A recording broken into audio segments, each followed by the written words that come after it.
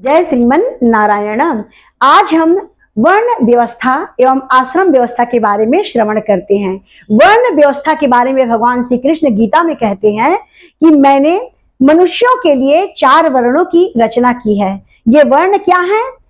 कर्म और गुण के अनुसार अपने लिए वर्ण को चयन करना। यह किसी जाति जन्म लेने पर आधारित नहीं था, यह अपने गुण एवं कर्म के आधार पर भगवान ने वर्ण की व्यवस्थाएं की थी। जो मनुष्य जैसा गुण अर्थात स्वभाव में जिएगा और जैसा कर्म अर्थात कर्तव्य करेगा, वह उस वर्ण को चयन कर सकता है।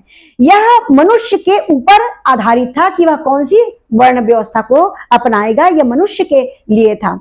बाद में उसमें जन्म लेने वाले को जाति कहा गया और जाति कह करके आगे चलकर वह अपभ्रंश होता गया। विकृत अवस्थाएं जो है, वर्ण की अवस्था जो है विकृत होती गई, जिस विकृत अवस्था में हम सब जीते हैं।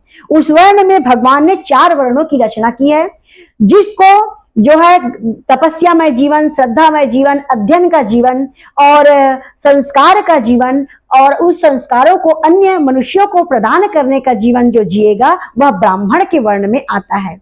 ब्राह्मण अध्ययन करता था और सामने वाले जो उनके पास आते थे मनुष्य, उनको भी अध्ययन कराते थे। यह ब्राह्मण का कर्तव्य होता था। अपने जो शिष्य आते उनको अपना गुण को प्रदान करते और अंत में आत्मज्ञान ब्रह्म ज्ञान में निष्ठ होकर के परमात्मा को प्राप्त करते। यह ब्राह्मण का कर्तव्य होता था। क्षत्रिय का कर्तव्य था छात्रवृत्ति अर्थात रक्षा करना, ब्राह्मण के बताए हुए नीति पर चल करके शासन करना, प्रजा की रक्षा करना, यज्ञ का विधान, यज्ञ को आगे बढ़ाना, यज्ञ का कार्य करना, साधु संतों की सेवा करना और अपने देश की रक्षा करना, यह क्षत्रिय का काम होता था। और इस छात्र कर्म को करते हुए परमात्मा को पाना, अपने कर्तव्य को करते हुए परमात्मा को पाना, यह क्षत्रिय का अधिकार था। वैश्य अर्थात शुद्ध होते थे, वैश्य जाति अर्थात व्यापारी गण होते थे। वो जो है निश्चित कमाई लेकर के, एक निश्चित लाभ को लेकर के समाज के लिए जो है वस्तुओं की सामग्री की व्यवस्था करते थे और पशुपालन और कृषि पालन किया करते थे। ये वैश्यों का काम था। और उसके बाद जो भी समाज में चाहिए होती थी वस्तुएं, उन वस्तुओं की व्यवस्था करना वैश्यों का काम होता था। और उस कार्य को करते हुए भगवान को प्राप्त करना, यह वैश्यों का काम होता था। शूद्र जिसको शूद्र कहते हैं, शूद्र अर्थात सेवक जाति, उनका कार्य था अपने से ऊपर की तीनों वर्णों की सेवा करना।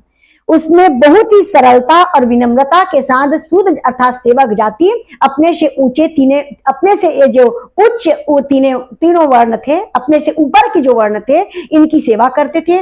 इसमें कोई ऊंच या नीच की भावना नहीं होती थी। सब अपने कर्तव्यों को बहुत ही सुंदर तरीके से निभाया करते थे, क्योंकि यह भगवान की व्यवस्था थी और मनुष्य की इच्छाओं पर आधारित थी। मनुष्य अपनी इच्छा से वर्ण को चयन कर सकते थे, इसलिए इसको ऊंच या नीच नहीं कहा जाता था। उच्च और नीच की व्यवस्थाएं तो आगे चल करके यह पनपने लगी। उस वर्ण में जो जन्म लेने वाले को जाति कहा गया और जाति के कारण ही अपभ्रंश होता गया। हमारा जो वर्ण की व्यवस्थाएं है अपभ्रंश हो गई और उसका विकराल अवस्था आज हमको देखने को मिलती है। उसकी विकृत अवस्था में जो है आज हम जी रहे हैं। यह भगवान की सुंदर बनाई हुई व्यवस्था थी, जिसमें मनुष्य अपना जो जीवन को बहुत सुंदर तरीके से निर्वहन करते थे, बहुत ही समाज में व्यवस्थित रूप से अपना जीवन जिया करते थे और अपने धर्म में रत रहकर परमात्मा को प्राप्त किया करते थे। इसके बाद यह तो होगी समाज की व्यवस्था। अब मनुष्य का जो है आश्रम व्यवस्था कैसा था? जब मनुष्य 5 वर्ष का हो जाता था, जब मनुष्य जन्म लेता और 5 वर्ष का हो जाता, तब उसके माता पिता उन्हें गुरु के आश्रम में भेज देते थे, गुरुकुल में भेजा करते थे। गुरुकुल में रहकर वह गुरु के साथ शिक्षा दीक्षा प्राप्त किया करते थे। अपने शरीर को व्यायाम योग आदि के द्वारा सौष्ठव बनाते थे, मजबूत करते थे और गुरु के बताए हुए निर्देशन के अनुसार जीवन जिया करते थे। अपने इंद्रियों की रक्षा करते थे और इंद्रियों की रक्षा करके वह मजबूत सक्षम बन करके एक सामाजिक नागरिक बन करके गृहस्थ जीवन में प्रवेश करता था। गृहस्थ जीवन प्रवेश करने का और गृहस्थ में रहने का समय होता था 25 से 50 साल तक। इस बीच में मनुष्य सामाजिक कर्तव्य को निभाया करता था। उसमें है संतति पैदा करना, माता पिता की सेवा करना, आने वाले अतिथियों का स्वागत करना और यज्ञ आदि करवाना।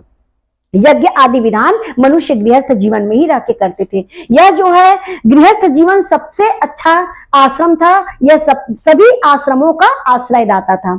यहीं से रहकर बच्चे जो है इसमें जाते हैं, क्या बोलते हैं, ब्रह्मचर्य में जाते हैं, यहीं से गृहस्थ, यहीं से वानप्रस्थ और यहीं से सन्यास, और सभी को यहीं से जो है आश्रय मिलता था।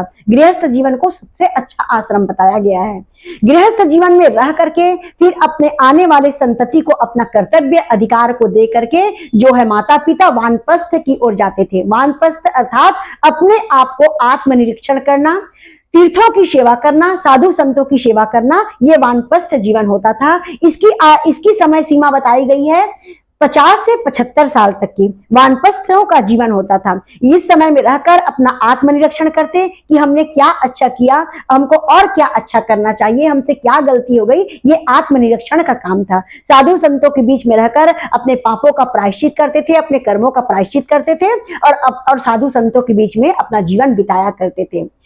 75 से 100 साल या उससे जितनी भी आयु होती थी सन्यास जीवन का होता था। उसके बाद मनुष्य सन्यास जीवन में प्रवेश करता था। वहां पर वह क्या करता, पूर्ण संन्यास्त हो जाता था, मन से भी और कर्म से भी। मन एवं कर्म से संन्यास्त होकर वह केवल भगवान का स्मरण करता, साधु संतों के बताए हुए, गुरु के बताए हुए मंत्रों का जाप करना और भगवान को पाने के लिए हर संभव प्रयास करना, सारे मोह माया को त्याग कर केवल और केवल भगवान की स्तुति करना, स्मरण करना, यही उसका कर्तव्य हो जाता था।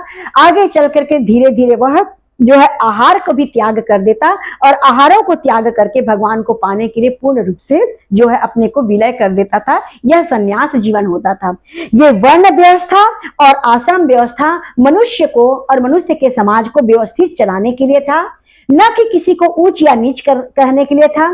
कोई भी किसी भी वर्ण में को अपना सकता था, कोई भी आश्रम, किसी भी आश्रम की व्यवस्था को भी हर वर्ण का आदमी अपना सकता था। वह ब्रह्मचर्य आश्रम को अपना सकता था, वह गृहस्थ तो हर किसी को होना ही पड़ता था, यह तो अत्यंत आवश्यक आश्रम था। वानप्रस्थ भी हर इंसान अपना सकता था इस आश्रम को भी, इसमें भी किसी को निषेध नहीं था। और संन्यास भी कोई भी अपना सकता था आश्रम को, इसमें भी किसी को निषेध नहीं था। परंतु शास्त्रों में केवल ब्राह्मण क्षत्रियों का ज्यादा वर्णन है, क्योंकि जो है शूद्र अर्थात सेवक गण है और व्यापारी गण समाज के अंदर में रहते थे, तो लेखन का कार्य जो है ब्राह्मण ऋषिगण किया करते थे। इनके बारे में ही ज्यादा रचनाएं हैं, परंतु किसी को कोई निषेध नहीं था। किसी भी आश्रम को हर जाति के लोग, हर वर्ण के लोग उसको अपना सकते थे। बाद में यह वर्ण व्यवस्था जाति में बढ़ गई, जिसमें आप और हम रहते हैं। बाकी हमारी व्यवस्थाएं भगवान ने और हमारे ऋषियों ने हमारे सुख शांति एवं व्यवस्थित जीने के लिए बनाया था। प्रेम से बोलिए जय श्रीमन नारायण।